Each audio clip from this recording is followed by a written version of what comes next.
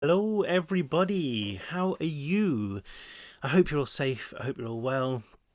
I took a couple of days off from reading the books just to listen, really, just to be quiet and to listen to other voices, important voices, black voices, wise voices, and just listen to stories that feel like they're more vital and urgent and important at the moment.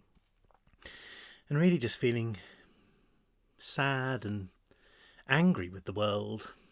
I just wanted to take a couple of days just to reflect and to listen.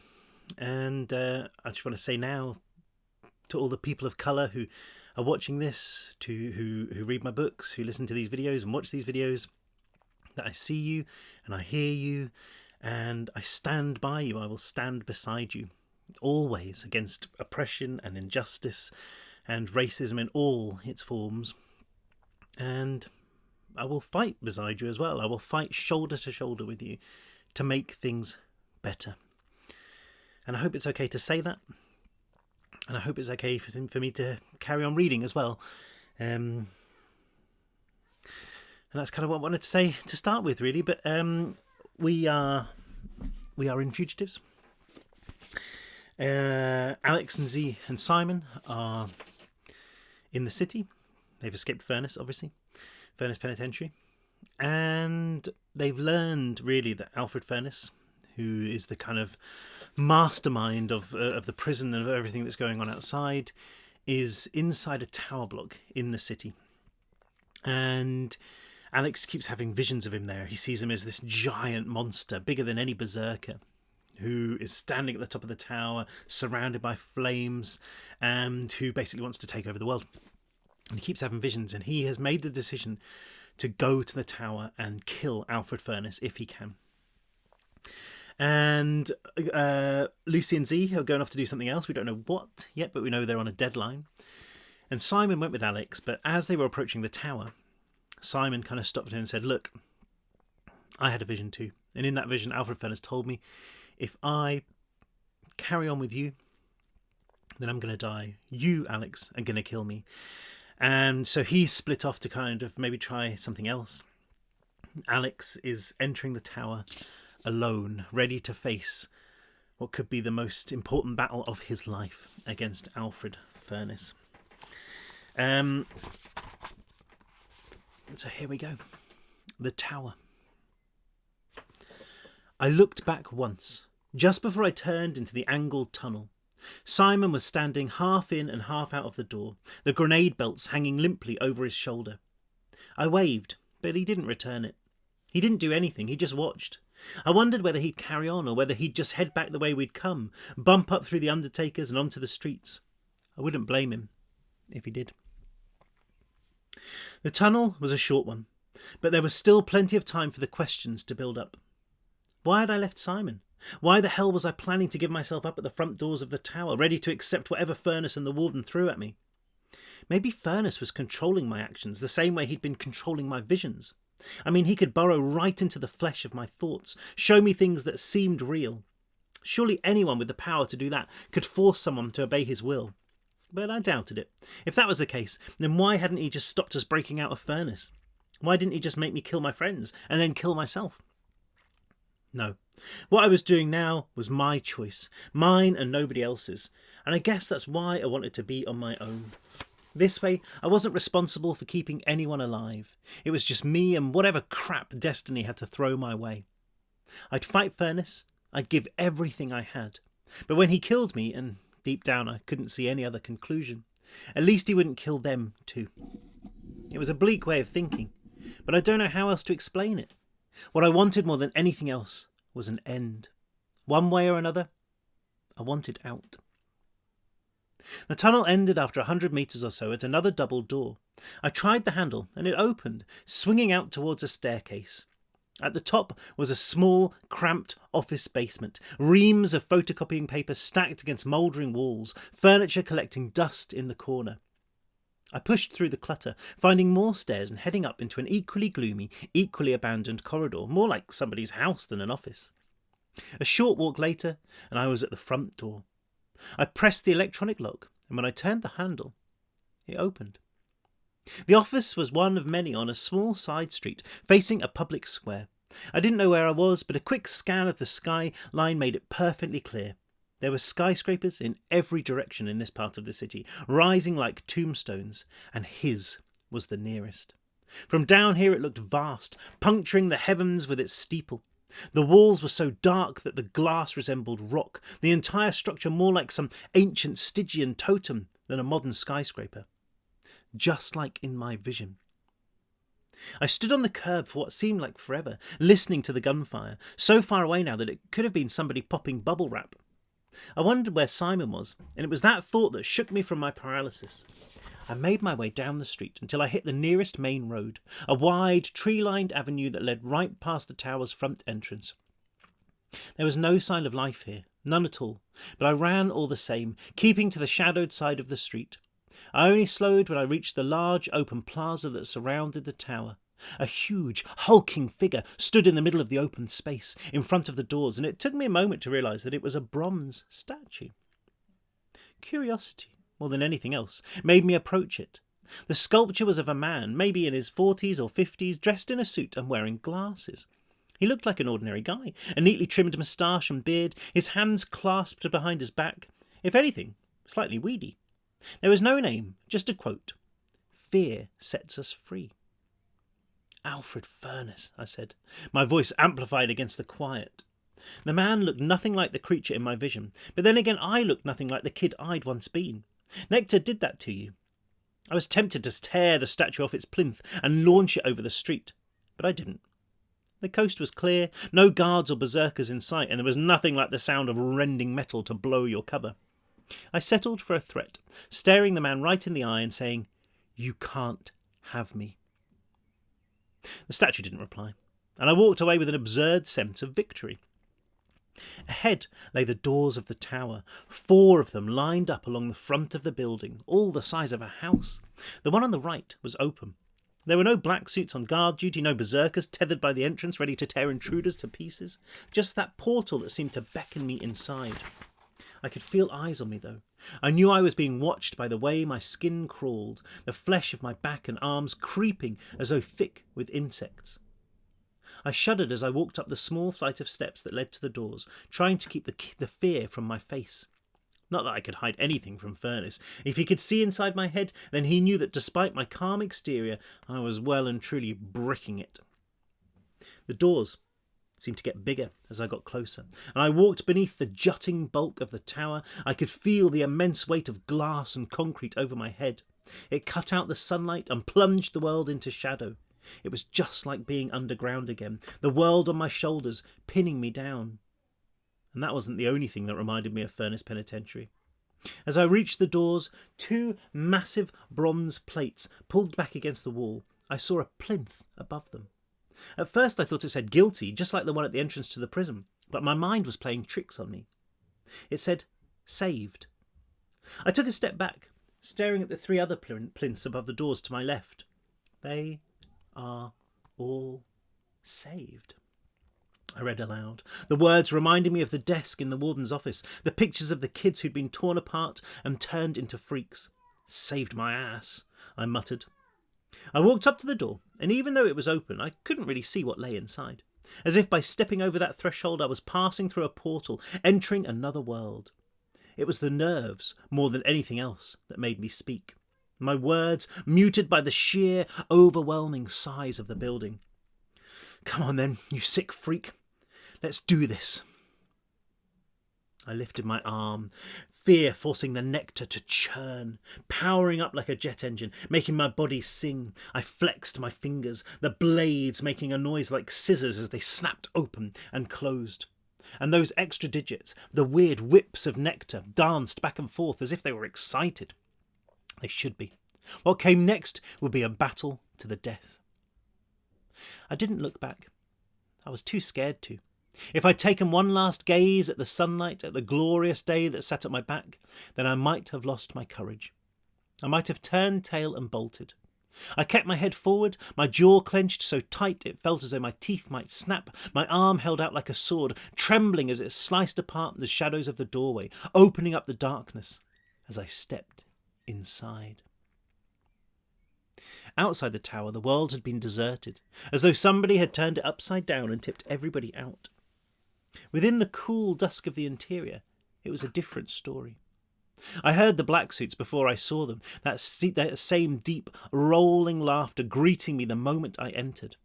My silver eyes burned, probing the shadows to make out a large open lobby, supported by pillars. Dead ahead was a reception desk, and behind it were 3 guards, all holding shotguns, and all wearing the same red bands on their arms, those black furnace logos against a white circle, seemingly the brightest things in the room. These were furnaces soldiers, not the wardens. There were more figures to my left and right, standing by the pillars and aiming their weapons at me. I tensed, ready to fight, but they showed no sign of attacking. What had I expected? I was one of them, after all, as the black suit in the burger joint had told me. "So," said one of the guards behind the desk, "you came?" "We knew you would," said another, their voices throbbing around the lobby, reverberating off the marble floors and walls so much that they didn't sound real. The whole thing felt like a dream. "We knew you'd choose this," said the first guard. And then they were all laughing again, that sound making the nectar inside me boil. "I'm going to kill him," I shouted, but my own words carried no echo, falling dead at the black suit's feet and sounding strangely hollow. More laughter. Then the first black suit lifted his gun, using it to point behind him. "We know," he said. "He's up there, top floor. He's waiting for you. You won't be able to access the penthouse without an elevator key, so take it up to 50 and walk from there." "Furnace?" I asked, wondering when the trap would be sprung, when the guards would start shooting. But they didn't even seem tense, leaning against the pillars or resting on the reception desk as if this was their day off. "You know they'll be coming for you," I spat, fear growing into anger. "The army, they know you guys are behind this now." The black suit shrugged, then shook his gun, gesturing towards the bank of elevators that sat behind the desk. "He's waiting," he repeated. "Penthouse." I began to walk, if only to get away from this burgeoning nightmare. I gave the desk a wide berth, still wary of the black suits, their eyes glinting. I felt like an antelope tiptoeing through a pride of lions, knowing that at any minute it would feel teeth in its throat. But still, the attack didn't come. There were 6 elevators here, 3 on either side of the lobby, and on the wall between them was another bronze sculpture. Not a statue this time, but a 2-dimensional image fixed to the marble. It showed an army of marching black suits, all wearing armbands, row after row stretching back into a gleaming city. The lead soldier held a flag, that same emblem of 3 circles joined by lines, and his face was filled with such pride that once again I felt a spark of excitement burrow up from inside me. I tore my eyes away from the sculpture, taking one look over my shoulder to see the black suits, the real ones, standing by the desk, all watching me. They know, I thought, seeing the recognition in their faces. They know how I feel. I ran, almost stumbled to the only elevator that was open, hitting the button to close the doors. But they didn't close quickly enough to mute the sweeping thunder of laughter that chased me, or the final words from a black suit that squeezed in just before they met. Words spoken sincerely, words that I couldn't quite believe. "Good luck, Alex." The Petrified Orchard. One of my favourite chapter titles.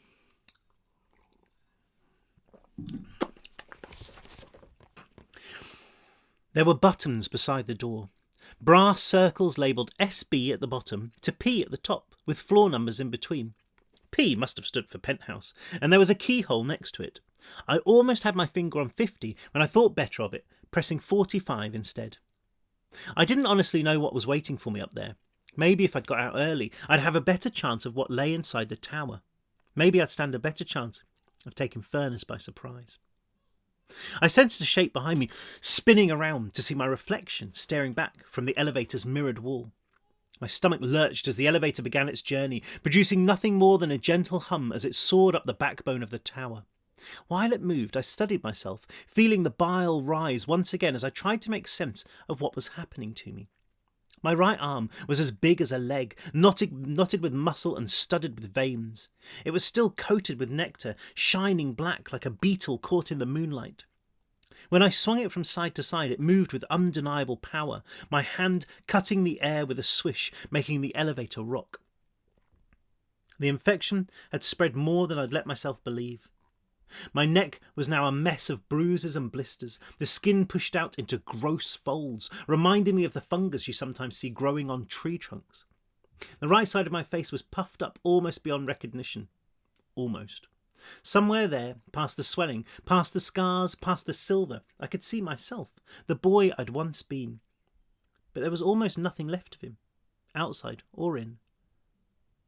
There was a dial above the elevator doors, and I glanced at its reflection, noticing that we were about halfway up, and rising fast. I lifted my hoodie, the material so torn and burned that it almost crumbled away at my touch, and looked at what lay beneath.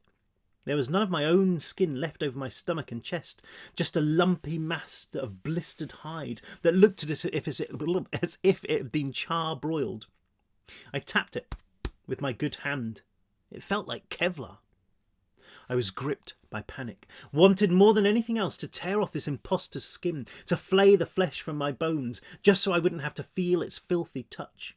But I closed my eyes, gripped the handrail, and tried to breathe. In, out, as deeply as I could, until the moment passed. I felt the elevator slow, a soft chime announcing that we'd reached the 45th floor.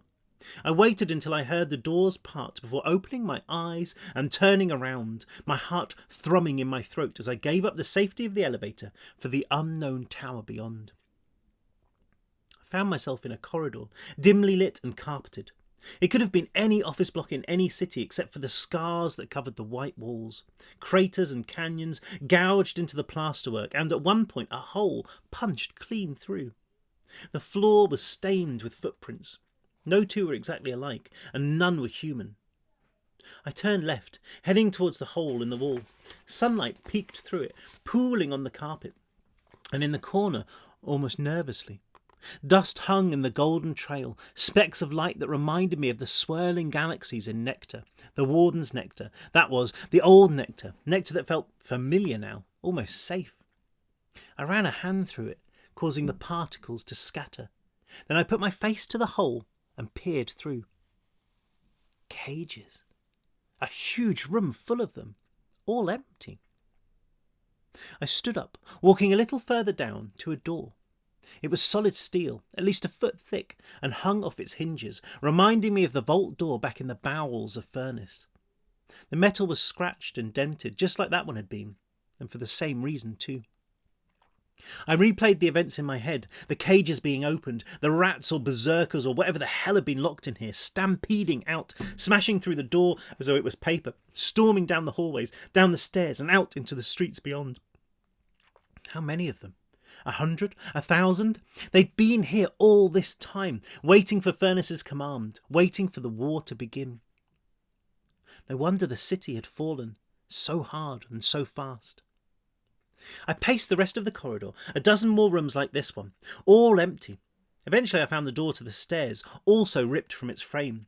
Inside the stairwell there were bodies, rats, 2 of them, their necks stretched like they were plasticine figures, silver eyes open in a snapshot of their final moments. I guess they toppled in the chaos, crushed beneath 1,000 pounding feet. Even though they must have been dead for hours, I could still see the heat rising from them, turning the air to a dreamlike haze that shimmered upwards, pointing the way. I leaped up the steps, swinging around the corner, then doubling back on myself again until I reached the next level. A quick glance through the door told me all I needed to know. More rooms, more cages, and it was the same on 47. The mess up here was even worse. I made my way up to the next floor, expecting to see the same thing, but when I pushed my way into the corridor, I knew I shouldn't have let my guard down. There was a Weezer standing there, less than 3 meters away. Only somehow it was different from the ones I'd seen in the prison. Its head was bald, its skin the colour and texture of old porridge, the eyes like black pockmarks buried deep in the flesh of its face. But its gas mask wasn't sewn in place, the contraption shining like it was brand new. Its clothes, too, showed no sign of age, as if it had been dressed only that morning. It wore the same armband as the black suits, the red and black insignia over its leather overcoat, making the creep look like a Nazi Gestapo officer. I noticed all this in less than a second. Then terror took over. I might have been bigger than the Weezers now, stronger, but they still scared the living crap out of me. Just looking at the freak brought back the pain of surgery, the way they patched my body together while stripping my mind apart. I fell back through the doors and almost lost my balance at the top of the stairs before noticing that the Weezer was retreating too, staggering away down the corridor so fast that it was in danger of tripping over its own feet. It's scared, I realised, the thought giving me a thrill of sadistic pleasure. It's scared of me. I chased it, more from curiosity than anything else. I'd never seen a Weezer show any kind of emotion, except panic the time that Z and Simon and I had killed one in the infirmary. It flapped against the wall, taking those great big unsteady bird steps, its piggy eyes blinking, or trying to anyway. Its eyelids were like those of a burn victim, too shriveled to cover the bulging pupils beneath. It reached the first door and fell through it, literally fell, crashing onto its back so hard that its booted feet bounced up. I laughed. I couldn't help it. The noise fueled not by humour but by disbelief and anger and the sickly sweet thought of revenge. I ran through the door, ready to put the monster out of its misery, and I was so intent on murder that I didn't notice the other figures until it was almost too late. The door opened into a huge room, bigger than the infirmary back in Furnace, although decked out in a similar way, lined with beds. The windows here had been tinted so heavily that barely any natural light found its way in. Red lights swung from the ceiling, and in their hellish glow the room seemed to squirm and thrash and writhe. Weezers. Dozens of them. The creature at my feet scrabbled away on its back, pushing itself into the folds of its brothers, who lifted it up and cradled it. They all looked at me with those fearful insect eyes, the wheeze of their collective breathing almost deafening, a couple even uttering those gargled, screeching cries that I'd come to fear so much in Furnace. What was worse, though, was the relentless flap of their eyes as they blinked at me, a noise so constant and so wet that it was like liquid. I backed out of the room, the confusion almost too much, making the tower spin around me, making the floor and the ceiling seem to switch places. It didn't make any sense. None of it made any sense. I retreated back to the stairs while I still could, but not before noticing the other doors that lined the corridor, red lights splashing out from inside and the same awful, endless chorus of wheezes. I ran, climbing the steps as fast as I could, skipping the next level and the next, only stopping when I saw Penthouse stencilled by the door. I crashed against it, sucking in air that seemed to contain no oxygen, only the cold, dead exhalations of the Weezers. What next? My mind screamed at me. What next? I had no answers, and my frustration cycloned inside me, becoming anger, and then rage, then a pure fury that drove me through those doors and into the arms of Alfred Furnace. I don't know what I'd been expecting to find up here, on the top floor of Furnace's tower, but it wasn't this. There were no corridors, no warren of rooms and hallways packed with cages and Weezers. There was just one immense space, covering almost the entire width and breadth of the building, the stairway and the elevator shaft, right in the middle of it. A bare oak floor stretched in every direction to walls of red glass that towered all the way to the ceiling, 10 metres or so overhead. Sunshine poured through those windows, turned into a bloodlight so thick and so rich it made me feel as if I could drown up here. The tinted glass drenched the space in shadows, but I could make out shapes silhouetted against all four walls, dotted seemingly at random around the room.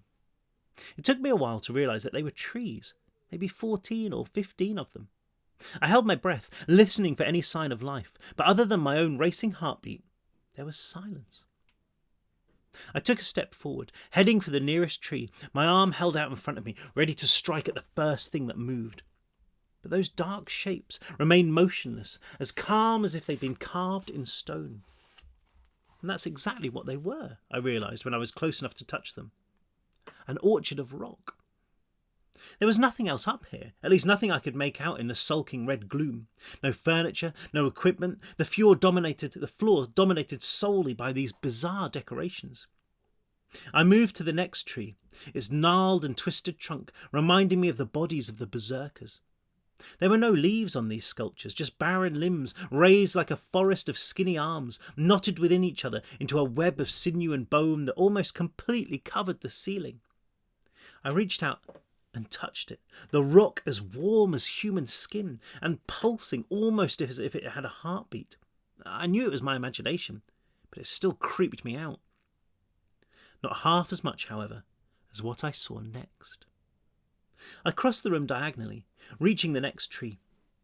I almost dismissed it, thinking it was the same as the others, until I caught sight of what was nailed to the trunk. It was a body.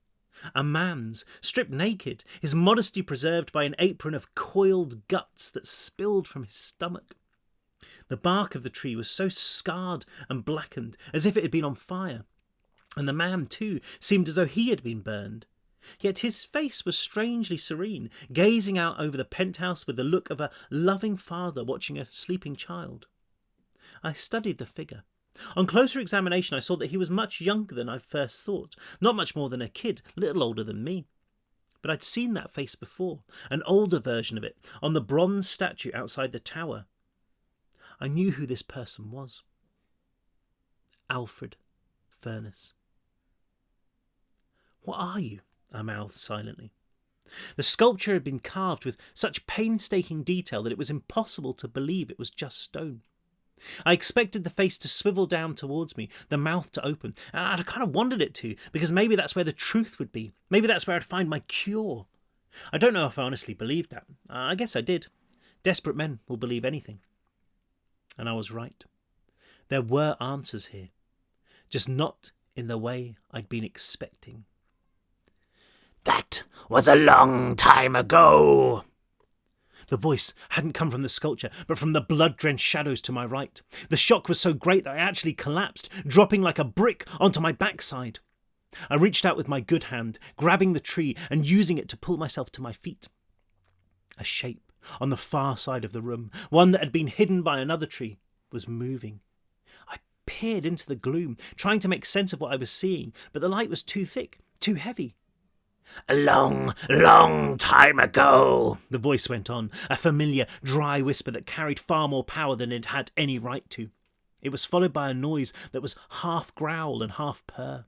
The shape seemed to curl upwards, a long, jagged limb sprouting from it. It was the creature from my vision. I knew it, the beast that howled from the tower. It was him. "Furness," I said, my voice unsteady but fierce. This was it, I thought, feeling the nectar begin to cloud my thoughts, knowing that this time I'd have to give myself over to it, and damn the consequences. There was a dull hiss of laughter, then 2 claps. And with a loud snap and an electrical whine, the lights flickered on. I shielded my eyes from the glare, giving them a second to adjust before squinting at the scene ahead. The first thing I noticed was that the creature there was nothing like the one in my vision. It was a berserker, bigger than any I'd ever seen.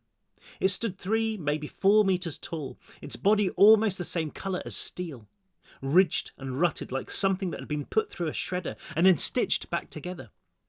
An enormous hand rested on the tree beside it, bird-like talons embedded in the solid stone. Its head was too big for its bladed shoulders, so heavy that the creature didn't seem able to hold itself upright. And the face that sat in the middle of that oversized knuckle of broken bone was a young child's, nectar streaming from its lips and splashing on the floor. Whatever this thing was, it wasn't Furness. And neither was the man who stood in front of it, whose eyes were unfathomable pits that seemed to suck the light from around him, pulling everything into the black hole of his heart. It wasn't Furness at all. It was the warden. My goodness. How many chapters have we got left? Should we just go for it? Should we finish it? I do really need the toilet, so I'm going to have to read quite quickly. And tea won't help. Too exciting to stop there, then. A new breed. You! I spat, fury flaring at the fact that it was the warden who stood before me and not his master. I scanned the room, looking for Alfred Furness, but aside from the berserker, the warden was the only living thing here. He was wearing the same pristine suit as always, his shoes polished, his hair immaculately brushed. His face was still crinkled leather pulled tight over the angular skull beneath, like a skeleton wearing a Halloween mask, and when I tried to look him in the eye, I found that I couldn't. "Where is he?" I demanded, although the huge space seemed to swallow my voice. "Where's Furness?" The warden's thin, wet lips pulled back over the tombstone teeth beneath, and he uttered a sadistic hiss of laughter. The noise slithered into my ears, burrowing into my thoughts, and all of a sudden I found myself back inside the prison, back inside Furness Penitentiary. The memories hit me like a punch to the gut. The first time I'd seen the warden, that same shark smile as he told us that to disobey his rules would make our lives a living hell, glaring down at us through the screen above the elevator, a constant threat of pain and punishment, his demonic face grinning as he watched the Weezers drag Donovan away. And down in the tunnels beneath the cells, when he'd tried to turn me into a black suit, the way he'd almost become my new father, a patriarch of immense power and strength who'd promised me the world. I shook my head to try to clear the memories, feeling the room spin. I had fought the warden, and I had defeated him. He was nothing, just an empty shell of what he'd been in the prison, right? I hadn't expected to face him again, not really, and I'd figured that even if our paths crossed, then I'd crush him the same way I had before. But now that he stood before me, radiating that same undeniable aura of cold cruelty, his eyes black pools of hatred that swirled like vortexes in his head, I wasn't so sure. This was a man whose ability to butcher was as natural and as effortless as his ability to breathe. And the worst thing was, he could sense my growing panic. He laughed, taking a step forward. The berserker started to follow him, but jarred to a halt. I noticed that his hands and feet were bound with massive manacles. It let loose another guttural snarl that tailed up at the end into a whine, like a leashed dog calling for its owner. But its childlike face was staring down at those bonds, with a heartbreakingly human expression of sadness and confusion. "You will never meet Furness," the warden answered, advancing at a leisurely prowl. "Why would a man as great as he deign to meet a cowardly, half-turned failure like you? He is nowhere near this place. He hasn't been for many years. No, he led you here for one reason, so that I could end your miserable life once and for all." I felt my heart drum, the nectar powering up inside me. The warden glanced at the stone tree I was trying not to cower against, and for a second the expression on his face morphed from anger to awe. "Did you recognize him, the boy in the carving?" the warden said, nodding at the sculpture by my side.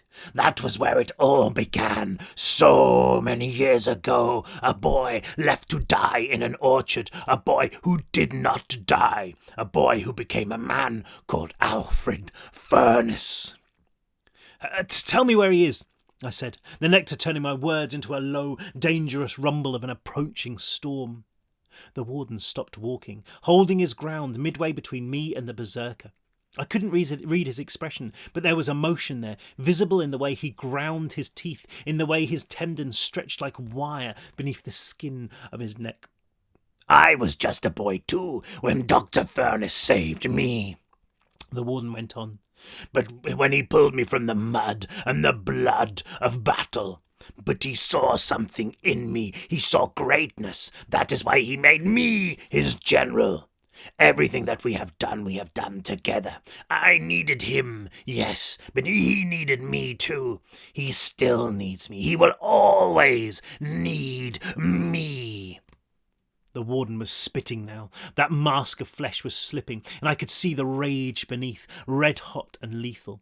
He stretched out a long, bony finger, jabbing it towards me. "We were going to declare this war together.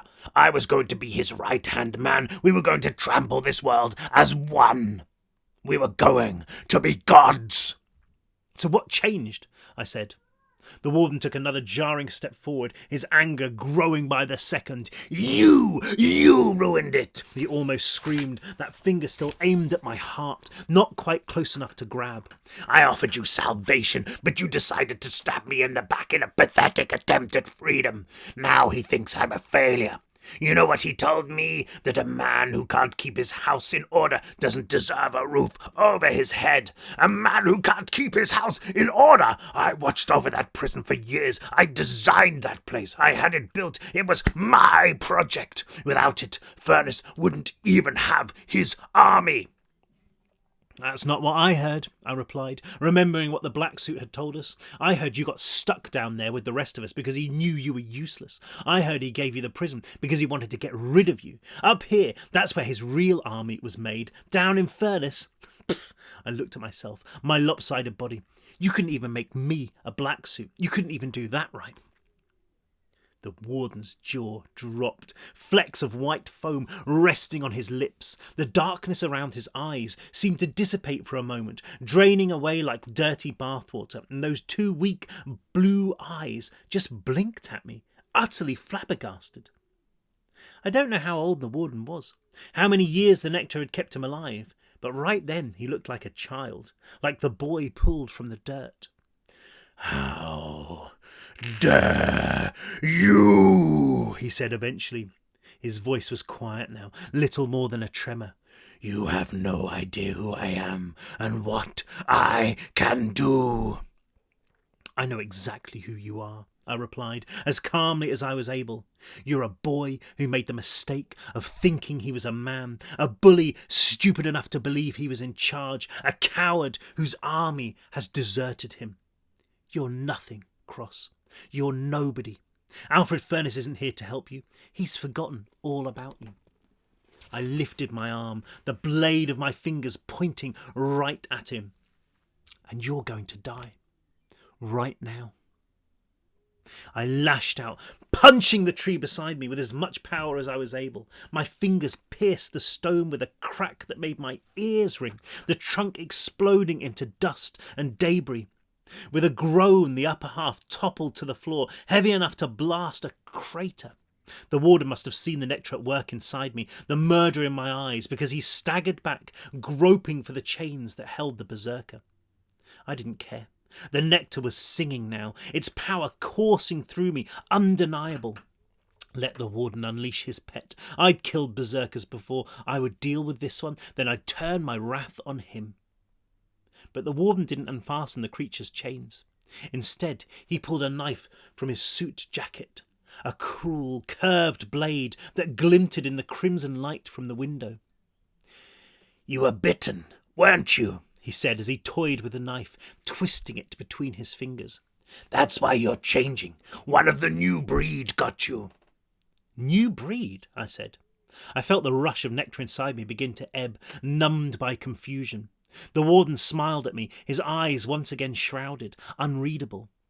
Oh, you think you know so much, but you're lost, just like the rest of them. You're right. Furnace was building an army outside the prison, here and elsewhere too. He was working on a new nectar, an improved design. I thought of the nectar I'd seen since escaping, the blood-red galaxies that spiralled within it, and the way it could turn a human into a rat, or worse, in a matter of minutes. He was using it to create the next generation of soldiers. He tapped the knife against the arm of the berserker, its elbow at the same level as the warden's head. It made a clink-clink sound, like he'd knocked the blade against a suit of armour. They are bigger and stronger than the ones we already had, but that's not what makes them special.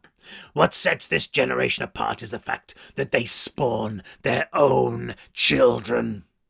The new nectar, all it needs is to find its way inside a host, and it will begin to work.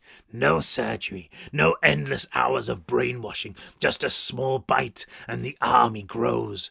You were bitten, Sawyer, but you weren't chosen. Chosen? I repeated, feeling like an idiot, but desperate to make any sense of the truth. The berserker only started your transition. It only set the ball rolling. It didn't fill you with nectar the way they are supposed to. Otherwise you would already be one of them. No, it didn't choose you, and I wonder why. I remembered the berserker that had feasted on the inmate back in the underground, nectar gushing into the boy's wound, filling him with poison. It had bitten me too, but it hadn't ejected me with its filth, only a mouthful of tainted saliva. Yet I drunk a whole load of nectar afterwards, hadn't I? From the dead, beetle-black berserker. First generation, the warden explained, plucking my thoughts out of thin air. Those berserkers were the last of the old guard, already redundant. Their veins beat with the original nectar, the same that flows in yours. Mere water compared with Dr. Furness's new miracle. He stared at the creature beside him, his face full of awe. Everybody who is chosen joins the ranks of the new breed, a generation of soldiers that will grow and grow and grow until all are either members or lost. A plague, I said, remembering Z's word. The warden cocked his head as if in thought. An interesting concept, he said, but quite wrong. This isn't disease, it's evolution. The authorities will contain it, I spat back, feeling the grip of the nectar loosen even more, pried away by uncertainty. It won't spread past the city. The warden's grin twisted even more tightly towards the edges of his face. City? What city? He said. You only have to look out of the window to see how far the devastation has spread, and in a matter of hours. The world is crumbling, Sawyer. Nobody but us can put the pieces back together, and when we do, there will be one fatherland, and nothing but strength, and I will stand there as his right-hand man. Nobody else! You hear me? Nobody else!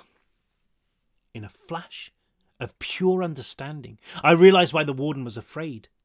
He had made a mistake. He had angered Alfred Furness by allowing the prison break. Now he was in danger of losing his role as a god in the new world. He was in danger of being replaced at his master's right hand. And with that knowledge came another revelation, one infinitely more terrifying. The warden believed he was in danger of being replaced by me. It was insane, so much so that I spat out a startled grunt of laughter. But it was true. How could it not be? That's why I had been guided to the tower by Furness's visions, why the black suits below hadn't stopped me, why the warden was facing me almost entirely alone, stripped of his army and his dogs. Because this was his only chance to prove that he could get his house back in order, to show Furness that he could be trusted. He had to kill me or lose everything. This knowledge drove me towards him, but the warden held his knife out defensively. I stopped. I don't know why. Instinct, I suppose. I'd been in prison for so long that the sight of a shank was enough to send me running. It was a survival mechanism, hardwired into me. Maybe if I hadn't flinched, maybe if I'd thrown myself on him, things would have worked out differently. That's the thing about life, I guess. You never know. The new nectar. It's clever, the warden said, reaching down and popping the clasp of the manacles that held the berserker's left claw. The chains fell to the floor, and the creature bellowed with relief. It lashed out with its free hand, catching the nearest tree and sending a stone branch flying. The missile struck a window, cracking the thick glass and letting in a shard of brilliant golden light. This far above street level, the wind was fierce, and the room was suddenly alive with its howl, as if there was an army of demons outside, tearing the world to pieces. I guess that wasn't too far from the truth. Those red flecks had almost what you'd call intelligence, the warden went on. The nectar is not alive, not in the sense that you and I are, but it is aware. It senses everything it needs to know about the host. It uses every resource available to it to ease the transformation. It really is quite remarkable. It took another step towards the warden. I took another step towards the warden, but the berserker moved between us, those childlike eyes never leaving mine. It flexed its claws into fists, barbed talons glinting. The warden had walked to the other side of it, releasing the final manacle. I waited for the creature to charge, but it stood there obediently, waiting for the order. An order that never came. If you are human, then the new nectar will change you. The warden held up the knife, appeared to be studying his reflection in the polished steel. You become feral, intent on nothing but destruction.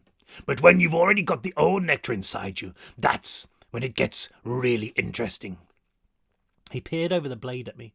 Take you, for instance. You had old nectar in your system from the prison, and you're changing. Slowly, yes, but inevitably.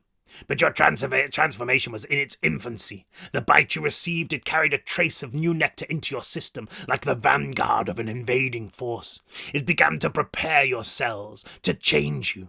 With more of the new nectar, the change would have been faster, and much more... He paused, his eyes seeming to glaze over as if imagining something wondrous. Much more dramatic. Yes, adding new nectar to the old is where the true power of Furness's creation becomes apparent. And I can tell you this for a fact, Sawyer. There is nobody in the world, Dr. Furness excluded, who has devoured more of the original nectar than me. I have consumed it since I was a boy. But you're... I started. Still human? He interrupted, his grin stretching even wider. That is because I was weaned onto it in childhood. Dr. Furness raised me like a son, not as one of his soldiers, one of his pets. I never had the surgery. I never needed it. The surgery is only a necessity when the transformation is required quickly. But with me, my adopted father had years, decades. I may look human, but I am not. I thought about all the times I'd tried to look the warden in the eyes, and all the times my gaze had been pushed away. What he was saying didn't make any sense, but I knew it was true. Nothing but nectar runs through me now, the original nectar, and it has been waiting for this day. All it needs is a dose of Dr. Furness's new weapon. The warden reached up, grabbing the berserker's chin and pulling its head towards him. It looked almost like a lover's embrace, as if the warden was about to kiss it. Instead, he guided the beast's drooling mouth towards his own neck. With a shock, I realised what he was going to do, and what would happen when he did.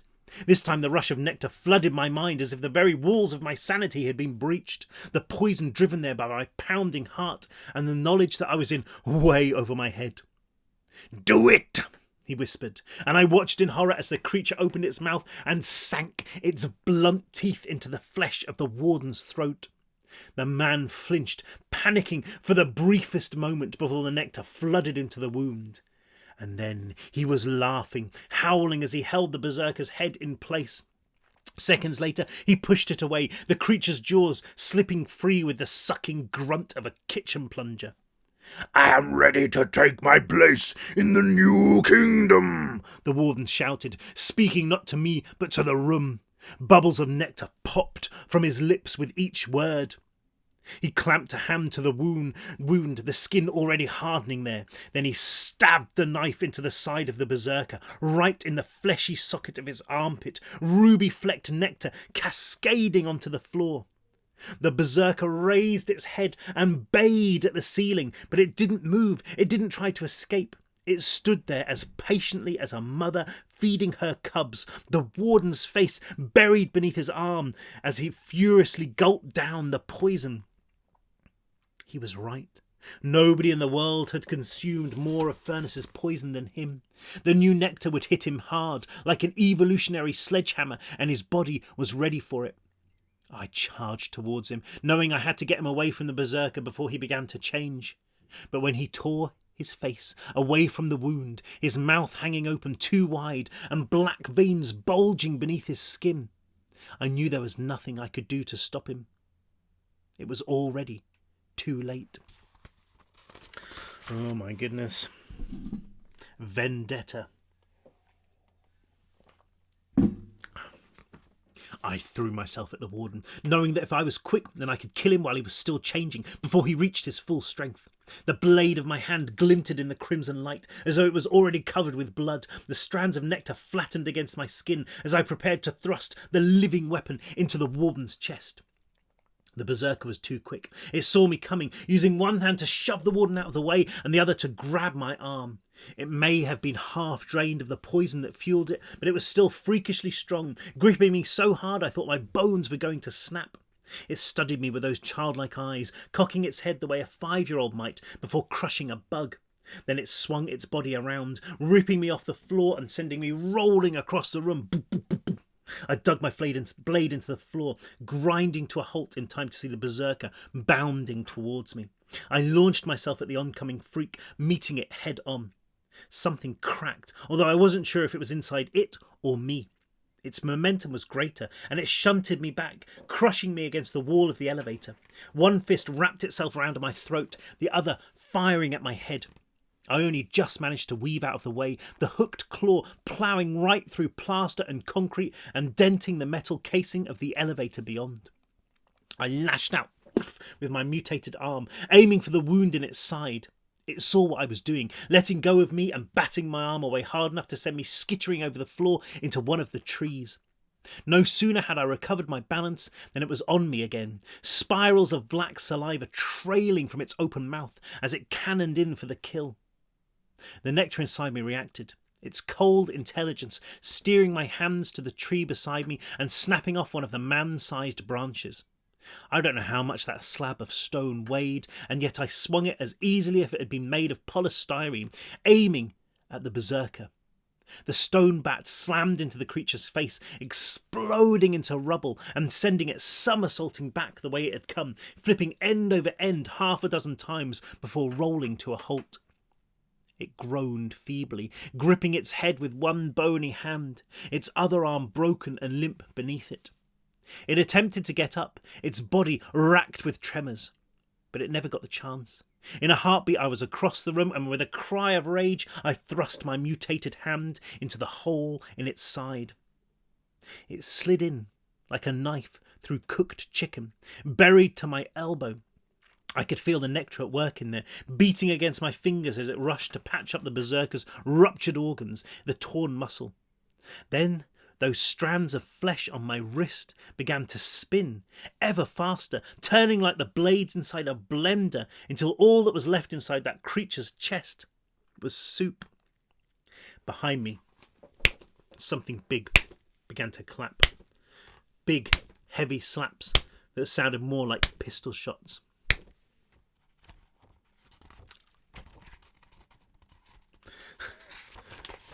Sorry. I didn't want to turn around. I didn't want to see what was waiting for me there, but I didn't have a choice. I got to my feet, shaking, snaking ribbons of entrails from my arm, and turned to face the warden. I don't really know what I'd been expecting. I thought he might have grown, his flesh ballooning out grotesquely like a berserker's, unrecognisable. But he didn't seem to have changed much at all. Or had he? I was finding it difficult to focus on him, as though his body was surrounded by a dense cloud of fog. No, it was more as if light couldn't grip him properly. Like it had just slipped off, leaving a distorted, shifting mosaic of darkness. Almost as if I was viewing him through patterned glass. I squinted, seeing the same suit, the same face, only they were different. His limbs seemed too long, his body strangely distended like an evening shadow. My sense of perspective was shot. It was impossible to tell whether he was the same size and close, or much taller and further away. Pain fireballed in the middle of my head, white noise that could have been the warden's laughter, and suddenly he was right there in front of me, towering over me, his entire body flickering like he was being projected into the air. I could see the nectar pulsing beneath his skin, so much of it in his veins that it seemed as if he was crawling with flies, his entire body alive with them. I thrust my bladed hand towards the warden's chest, but his body seemed to blink out of the way. He was still laughing. That endless hiss. From his pocket of shimmering shadow, I made out two eyes, black pennies that bored into me with such malevolent glee that it took my breath away. "I pity you, boy," the warden said, each syllable a hammer blow. "You could have stood with us, helped usher in the fatherland." Once again, his shifting form seemed to balloon into the space before my eyes, and once again my clumsy strike swept through thin air. A knife edge of fear cut through the nectar, carried on the warden's words. "But now, after everything, you will die." I didn't see him move, and yet something crunched into my ribs and the world came apart. I soared, splintering a canopy of stone branches before hitting the wall of the elevator hard enough to crack it. I picked myself up from the floor, shaking off the plaster dust and preparing to retaliate, but the warden had vanished. "Do you see?" His voice seemed to come from thin air, impossible to pinpoint. "Do you see now that I can keep my house in order?" I swung around, my breath stuck in my throat, my heart pounding so hard it seemed as though the entire room was reverberating with its pulse. I couldn't see the warden anywhere. "Do you see?" he repeated. I looked frantically to my side, trying to make sense of the shadows behind the trees. Had that been him? That shimmer of darkness? "Do you see?" And this time the words were a whisper fed right into my ear. I turned too late, saw his grinning face so close it was almost pressed against my own, his breath a putrid cloth held over my mouth. Before I could react, he had struck me again, blasting me across the room as though I'd been fired from a cannon. I rolled headfirst through another stone tree, leaving a trail of dust and debris, and this time, even through the roar of the nectar, there was pain. I struggled up, spinning wildly, hoping my blade would catch him, but once again he seemed to have spirited into nothing. I willed the nectar to keep me strong, yet it seemed to be waning, and as if even it was afraid of what the warden had become. I growled, more from fear than from anger. Then I started to run. If I could get to the stairs, then at least he'd have nowhere to hide. "I don't think so." The warden flashed up before me, his sick smile seeming to hang like the yellow crescent of the moon. I felt a hand around my neck, lifting me up the floor, carrying me backwards. I flailed against it, but with no air in my lungs, my strikes were pathetic, those of a child. "There is no running," the warden went on, spitting the words at me. His strides grew faster and faster, my body swinging from his fist like a rag doll. "Not anymore. Not for you." I sensed the window behind me, instinct forcing me to tuck my head against my chest as best I could with the warden's hand there. He punched me right through it, glass detonating against my back, and suddenly I was suspended 51 stories above the ground. Only his grip keeping me from spilling into the distant streets. Even though the wind howled in my ears, I could still hear his laughter. Relentless, unending.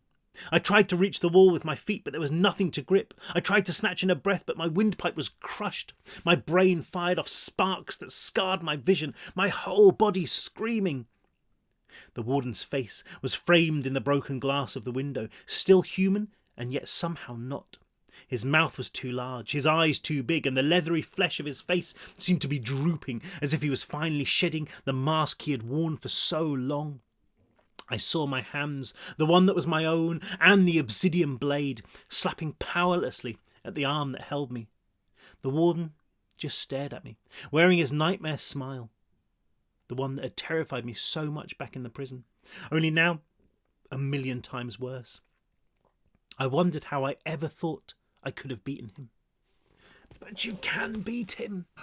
The words cut through the wind, cut through the dry hiss of the warden's chuckles, so clear that I thought it had come from me. "You must." The warden's fingers squeezed even tighter, compressing my throat. The vision in one of my eyes flickered like a broken television before snapping off completely. There was a ringing sound, like a machine whose gears have been jammed, so loud that it seemed to be coming from everywhere around me. Only I knew it was inside my head. It was the sound of me dying. "To think you actually believed you were stronger than me," the warden said. "But you're just a boy. You were always just a boy." "You're more than that," came the voice. My voice? One last-ditch attempt by my brain to keep me alive? "Look at you. Look at what you've become, at what you are still becoming. You are much more than the child you once were." The hallucination I'd seen in the funeral parlour flashed before my eyes, my body the way it had been before the Weezers took their knives to me, weak, pathetic. I was more than that, so much more. "Any last words?" the warden asked. "Dr. Furness is watching, you know. He is listening. Do you have anything to say for yourself?" Even if there had been words, there was no air to fuel them. And yet somewhere inside my mind that voice spoke again. "Tell him," it said, a whisper as loud as a bomb. "Tell him his time is over." I opened my mouth, spitting blood onto the warden's sleeve, my lungs on fire. I stopped trying to fight him, letting my arms hang loosely by my sides. His grin seemed to widen even further, as though it had stretched right off the edges of his face. "You!" I mouthed, the words carrying no sound. The warden cocked his head, and I felt his grip relaxing, allowing a sliver of air into my lungs to fuel my final words. The warden's one last gift to me. "Your time," I hissed, a lurching wheeze as I fought to finish, "is over." His lips tightened, locking the lunatic smile away, but still those eyes burned. "Who told you to say that?" he demanded. I didn't answer, even though I knew. The voice in my head was his. It was Alfred Furness's. And I saw understanding blossom in the warden's expression, even as it spoke again. "Now kill him." The warden released his grip, my stomach lurching as gravity took me. I punched out, my bladed hand sliding into the warden's shoulder. I could feel those strands of nectar splay out like the prongs of a grappling hook, locking the limb in his flesh and bone, halting my descent. For a second I thought we were both going to fall. Then the warden braced himself against the windowsill, his face warped from the effort of rooting us in place. "No!" he screamed. "You can't do this to me!" He reached out, punching me, but my hand was stuck fast. With a cry of rage, he grabbed my head and pulled me back into the tower. The nectar responded, the strands flattening and all allowing me to wrench my blade free. I thrust it forward again, feeling it burrow into the warden's stomach with a sound like scissors cutting meat. In a heartbeat, I had stabbed him twice more, a river of red-flecked nectar spinning from each wound. His body was growing weaker, slower, as its life force drained away, no longer shimmering, but becoming solid. It was becoming human. "I won't let you," he said. The words gargled. I felt the pressure on my head grow, crushing it, forcing me to the floor. He slammed his body on top of me, a coil of guts hanging down from the wounds in his stomach, pulsing black. Then he was hitting me again and again, his strikes impossibly fast, impossibly strong, pummeling me into the wood, all the while screaming those same words. "I won't let you! I won't let you!"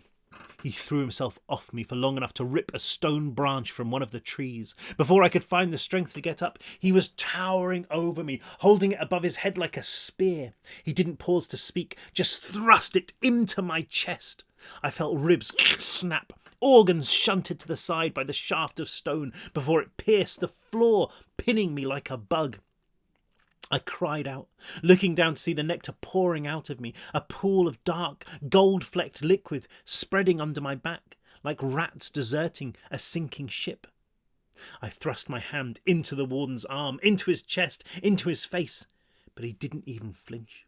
I thrashed even harder, knowing that it was useless, knowing that I was about to die, that the last sound I would hear was the warden's guttural laughter. "Alex!" I wondered if I'd imagined the call. My brain was sparking on and off, the penthouse replaced by images of my childhood, flashing scenes from the prison, seemingly random events from my life splashed over reality as the synapses in my brain misfired. But the warden obviously heard it too, for his mangled face snapped around, those two wide eyes blinking furiously at a figure on the other side of the room. Simon, red-faced and sweat-drenched from climbing the stairs. I sliced my hand up again, catching the warden just below his throat. He teetered back, hands to his neck, and with another cry of pain I gripped the stone branch and pulled. It was embedded deep in the oak boards, but I had just enough strength to tear it free, sliding it out of my chest and using it like a crutch to help me to my feet. "Oh, Alex, Jesus, are you okay?" Simon said, rooted to the spot, his expression one of disbelief. I didn't blame him. The warden and I, mutated into freaks, beaten halfway into oblivion, leaking nectar everywhere, must have painted one hell of a picture. The warden growled at Simon, the wound in his neck already sealed by a shining coat of nectar. Then he turned his attention back to me. But not before I'd seen Simon begin to run, the grenade belts around his shoulders clinking and one of the explosives gripped in his white-knuckled hand. I started running too, both of us converging on the suited freak in the middle of the penthouse. He lashed out and I ducked under his arm, plunging my blade into his stomach once again, all the way up to his shoulder. I heard him gasp, felt his fingers on me as he fought to pull loose. But he had bigger problems. I looked up, saw Simon clinging onto the warden's back, his arm swinging as he slam-dunked the grenade into the man's distended, gaping, blood-rimmed mouth. The warden coughed, trying to spit the explosive loose. I pushed Simon away as hard as I could, sending him sprawling over the floor. Then I pressed my good hand over the warden's lips, holding the grenade there, praying that it would be over quickly, praying that it would take us both. The warden had time for a single gargled roar. Then the grenade went off. It ripped away one entire side of his face, his cheek and his eye blowing outwards in a wet explosion. I had time to notice that my left arm was missing from the elbow down as the warden struggled backwards, his hand held up to his ruined head, the remaining eyeball staring at me in disbelief. But he wasn't dead. He wasn't even close. I hobbled over the floor after him. The world was fading fast, like a computer game switched off mid-scene. I was dying. There were too many injuries for even the nectar to repair. The old nectar, that was. There was only one way to finish this. There was only one way to beat him, and only one way to save myself. The warden hit the remains of a tree and toppled over. I reached him in a flash, throwing myself onto his chest. His mouth was a mess, but I saw it there, the nectar. It sparkled up at me from the tattered remains of his throat, pumping from the arteries that were already beginning to mend themselves, tiny crimson eyes almost willing me to consume it. I didn't wait. I couldn't wait. I could feel the life draining out of me, spurting from the stump of my arm, from the matching holes in the front and back of my chest. If I didn't act, then the warden would recover, and he'd finish this. It had to be now. I leaned forward, put my lips against the warden's ruined face. Then I began to drink. That's so gross. Last chapter. Lost. It was like swallowing liquid fire, as though I was an engine that had once been on the verge of guttering out, but had suddenly been pumped full of fuel. The nectar splashed down my throat, quenching a thirst that had been raging unnoticed in every cell of my body. I didn't think about the horror of what I was doing, the fact that I was supping blood from the severed neck of the warden, blood that he in turn had drawn from a berserker. I just drank, letting the nectar fill me from head to toe, drank until it felt as if my entire body was burning, as if I could have brought down this tower with a single blow. Drank until my vision sparked back on, picking out every single thing in immaculate detail. Drank until my lungs were screaming for air and my stomach felt as though it was about to split. The warden squirmed beneath me, and I stabbed my right arm through his shoulder to anchor him in place. His only reaction was a wet, feeble cry. He was done. I drained him. He was finished. And he knew it too, his movements becoming less and less urgent as the life force leached out of his system. "Alex, please stop." I could hear the voice behind me, the boy called Simon, but I didn't care. I didn't care about anything other than feasting, feeling my body repair itself, strands of nectar bleeding from the veins and arteries in my severed arm, from the ragged holes in my torso, from the countless other wounds knitting flesh back into existence. I had no idea power like this could even exist, no idea that I could possess such strength. I was invincible. I was indestructible.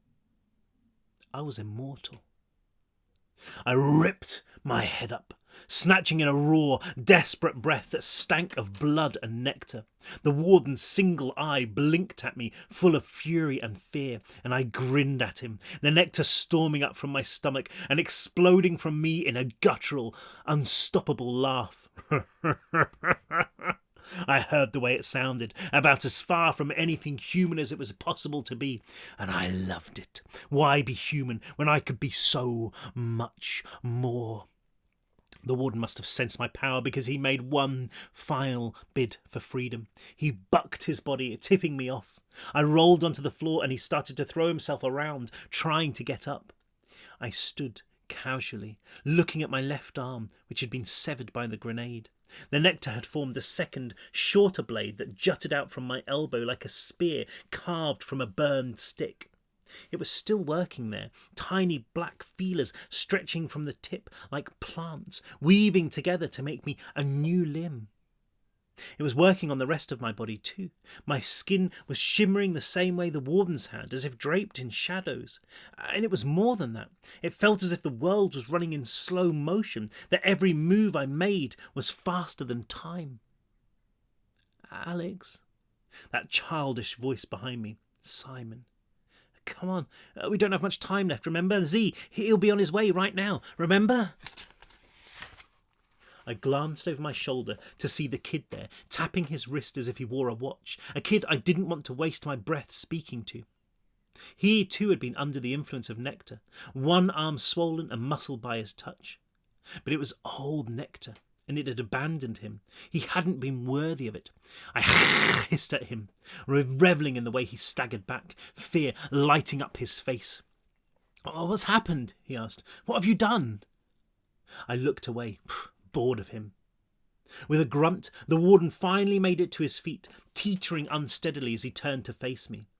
I don't know how he managed to keep going, considering his head had practically been turned inside out. But somehow he lurched my way, gaining speed and momentum, his fist held back, ready to strike. I held my ground, punching my right hand through the warden's shoulder again before jabbing my left into his ribs. Both sank in deep, and he slapped at me in an effort to knock them loose. But without the nectar, his blows possessed nowhere near the same strength they had done before. With another howl of laughter, I twisted my body and slung my arms around, lifting the warden off the floor and launching him into the air. He swung slowly, almost lazily, towards the elevator shaft that punctured the middle of the penthouse, thumping into it with an explosion of plaster. "Ah, screw this," the boy called Simon said, retreating to the door that led to the stairs. "If you're in there, then you better snap out of it soon." He took another look at me, waiting for a second or two before shaking his head. "Goodbye, Alex," he said. Then he was gone, the clatter of his feet on the staircase gradually fading out of earshot. I walked to the warden, his wiry body lying in a pool of black blood. He was still trying to push himself up, but there just wasn't enough nectar inside him to patch his broken limbs, his split sides. He saw me coming and tried to spit at me, the weak gob of dirty saliva making it as far as his own ravaged chin. "This is for what you did to me," I wanted to say, only the words wouldn't come, nothing but a loose groan falling from my lips. Maybe it was because I knew the words were a lie. In truth, I had the warden to thank for everything.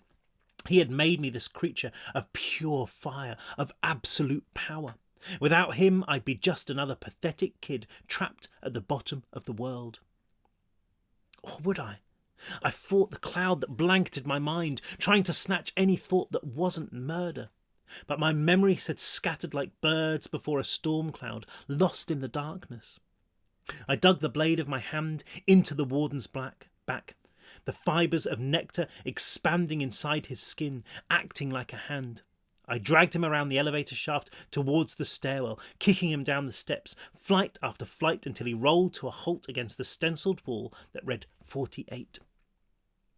He seemed to know what was on this level, because he tried to crawl away, actually attempted to throw himself down the steps. I didn't let him.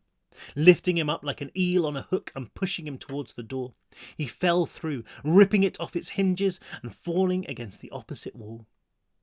Noise filled the corridor, a sound like thunder, rising fast then fading. Seconds later the entire tower seemed to shake, the floor splitting in two, one section dropping at least half a metre before the other, a network of cracks spreading over the walls and ceiling.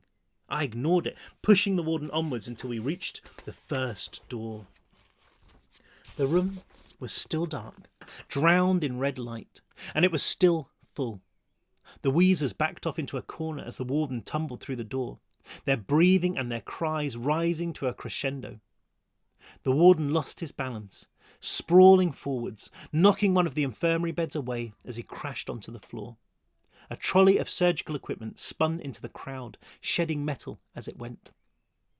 That noise again, the sky tearing, the building rocked harder, the windows in the room shattering in time for me to see a jet blast past outside, arcing gracefully to its right and out of sight, its missile bays empty. In the depths of my memory, I knew what was happening. I knew that the girl Lucy's plan had worked, that she and the boy, what was his name, Z, that they'd found help. They'd explained what was going on, and that the tower was under attack. Thanks to Captain Attilio, the army already knew that the Black Suits were enemies, that Furness was fighting against them, and it must have made Z's story easier to swallow. I hadn't honestly believed the authorities would take down an entire building, but things out there were catastrophic enough to try the most drastic tactics. Needs must, when the devil drives, as they say, and there was no doubt who was driving now. But it was none of my concern. Not anymore. Somehow the warden managed to turn himself over, shuffling back against a bed and pulling his legs up defensively. He stared at me with that cyclops eye, then he seemed to notice the wheezers. They had seen him too. They were edging forwards, their faces masked but somehow alive with curiosity. One stepped right up to the warden, a scalpel clenched in its gloved hand. The warden lashed out, knocking the creature over, but that seemed to use up the last of his energy, and he crashed down onto his side, sucking in rasping gasps of air. Slowly, but unrelentingly, the rest of the wheezers approached. Dozens of them, some holding surgical blades, others gripping tools, and some just flexing their fingers as if they couldn't wait to start work. And work is exactly what they did. I don't know whether they knew it was the warden, whether they were somehow getting revenge for the part he had played in their nightmare existence. Or maybe they just sensed his fear, his weakness, and it angered them. Whatever it was, they descended on him like flies on a corpse, their black coats flapping like wings, their fingers scuttling over his flesh, and their endless, buzzing wheeze filling the room. The warden tried one last time to knock them away, but there were too many of them. I saw his eye flick between his attackers, growing ever wider and ever wilder, and just before it disappeared altogether, it settled on me, a look of pure, absolute horror. Then, with a final, desperate scream, he disappeared beneath them. I watched for as long as I could bear it, until there were too many pieces to count.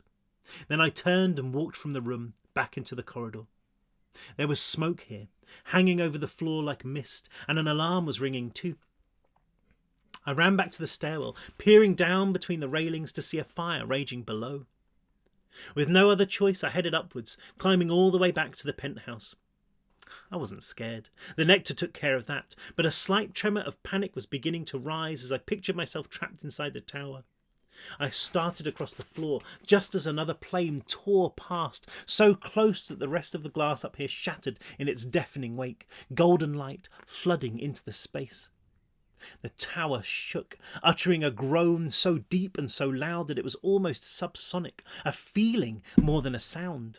It reminded me of some vast sea creature calling out in the depths.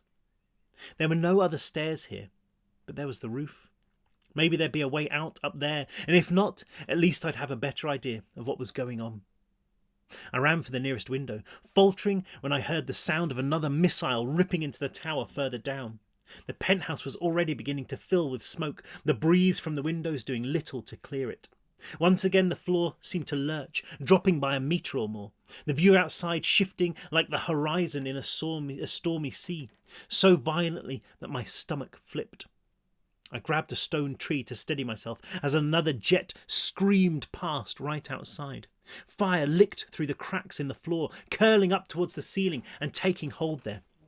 I reached the window, the stone frames drooping as the foundations of the tower crumbled. I stuck my head out, the view of the ground blocked by curtains of pitch-black smoke that poured from the windows all the way up the tower, like nectar bleeding from a corpse. It clawed into my eyes, into my lungs, and I turned my head up to see the ledge of the roof over my head. I had no hands to speak of. Not anymore, but I jabbed my bladed fingers into the walls, swinging myself up. The slope was steep and it was slippery, but I managed to perch there in the shade of the vast spire that topped the building. The plane was coming around again, glinting in the sunlight as it banked. When it had lined itself up, 2 white trails hissed from beneath its wings, slamming into the tower beneath me with such strength that I was almost jolted into the void. The rumble grew in volume as the plane burned past, more smoke churning upwards. I shuffled up the roof, feeling the heat through the stone, and it wasn't just the tower that was alight. All around me the city burned, fires devouring entire blocks, entire neighbourhoods, stretching into the distance as far as I could see. I peered down onto the streets to see shapes there, too far away to make out clearly, indistinct figures that bounded through the smoke, who clambered over the rubble. There were soldiers, too, armies facing off on the avenues and squares of the city. I saw tanks and helicopters, men and women in camouflage firing at the marching ranks of black suits, all so far away and yet so clear. "You made your choice," said a voice in my head, his voice. "I knew you would. You have killed my general, a man who failed in his duty, and taken his place by my side. I know you will keep your house in order. You have proven that time and time again, my son." "I didn't choose this!" I yelled, my voice snatched by the wind, carried off over the city. "It's not what I wanted." "Isn't it?" Furness asked, his voice louder even than the crack of superheated stone. "Isn't this exactly what you wanted? I showed you your future, and yet you still came." "I didn't understand," I replied. "You tricked me." And yet the nectar raged. It looked upon the carnage at my feet and cried out to join in. I couldn't deny the way it made me feel. "This is your world now," Furness went on. "I am coming for you, and we shall celebrate together. We shall watch side by side as the new fatherland rises. This is your choice, Alex. This is your destiny." It was all too much. A tornado of fear and excitement and anger stripping everything from my head. I sucked in a lungful of smoky air and then unleashed it as a howl that came from the very core of my being, one that seemed to rock the city to its knees. I saw myself as the people on the streets would, a creature of matchless strength, of immeasurable power. I saw the beast in my vision. I saw myself. "This isn't over," I growled when my lungs had filled again. "I'll kill you, I promise you that. This isn't the end." "Oh, you're right about that," Furness replied. "This isn't the end. This is only the beginning." "I'll kill you," I repeated. This time Furness only laughed, a sound that reduced the inferno beneath me to a whisper. I felt my fury grow, lent strength by the nectar, and I made a promise, there and then. I'd find Alfred Furness, and I would kill him. And if the world got in my way, then God help it, because I'd tear it apart. I'd watch it burn. No, it wasn't over. Not by a long shot. My reign of terror was only just beginning. That was a mammoth one. Thank you very much for listening. I'm desperate for a wee, so I'm going to have to run. But do you remember, I love you all. I love you all dearly. And stay safe out there. And do the right thing. And be strong and be safe. And yeah, I'll speak to you soon. When we join, hopefully will join me soon for the, very soon for the beginning of Execution, the final book in the Escape from Furness series. Take care, everyone. And yeah, I'll see you soon.